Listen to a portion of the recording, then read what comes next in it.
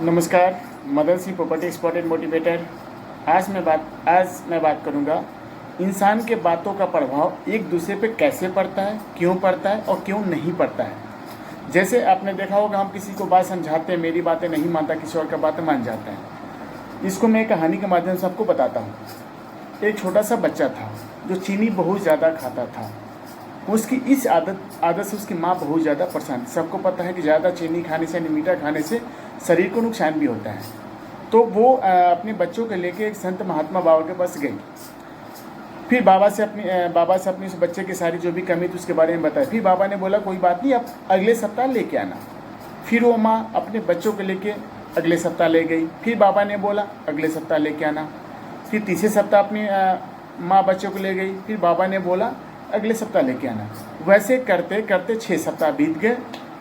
फिर 7वें सप्ताह में जब बच्चे को लेके गई तो बाबा ने बड़े प्यार से उस बच्चे को बुलाया और समझाया कि मतलब उसके बारे में बताया कि चीनी खाना मतलब जो भी शरीर के लिए नुकसानदायक होता है। तो बच्चे का इम्पैक्ट उन पर पड़ा और बच्चे ने बोला ठीक है बाबा जी, मैं आज के बाद चीनी मीठा बिल्कुल ही कम खाऊंगा।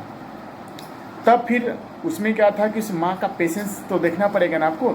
1-2 लाइन बात उस बच्चे को समझाने के लिए पहला वीक, दूसरा, तीसरा, चौथा, पाँचवा, छठा, 7 सप्ताह लग गए। उस पेशेंस, दुनिया में इंसान ने कोई भी काम करना हो तो हर इंसान के अंदर पेशेंस का होना बहुत ही ज़रूरी है। फिर उस माँ ने पूछा, उस बच्चे की माँ ने बाबा जी से पूछा। बाबा जी ने बोला कि जो कमी बच्चों में थी वही कमी मेरे में था। यानी मैं भी चीनी यानी मीठा बहुत ज़्यादा खाता था। अगर मैं उस समय समझाता तो मेरे बातों का प्रभाव इस बच्चों पर नहीं पड़ता।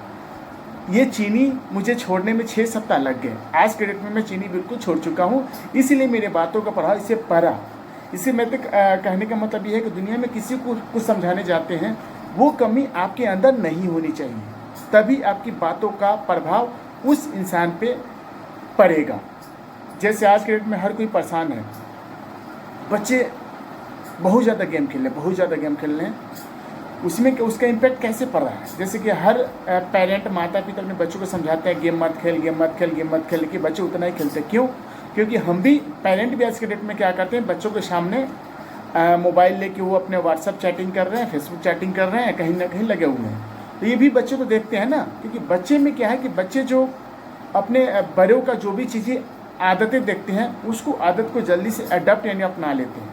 तो अगर ये अगर सुधारना चाहते हैं कि बच्चों गेम खेलते हैं तो उसका एक ही सलूशन है, जितना ज़्यादा हो बच्चों के सामने मोबाइल यूज करने से बचें।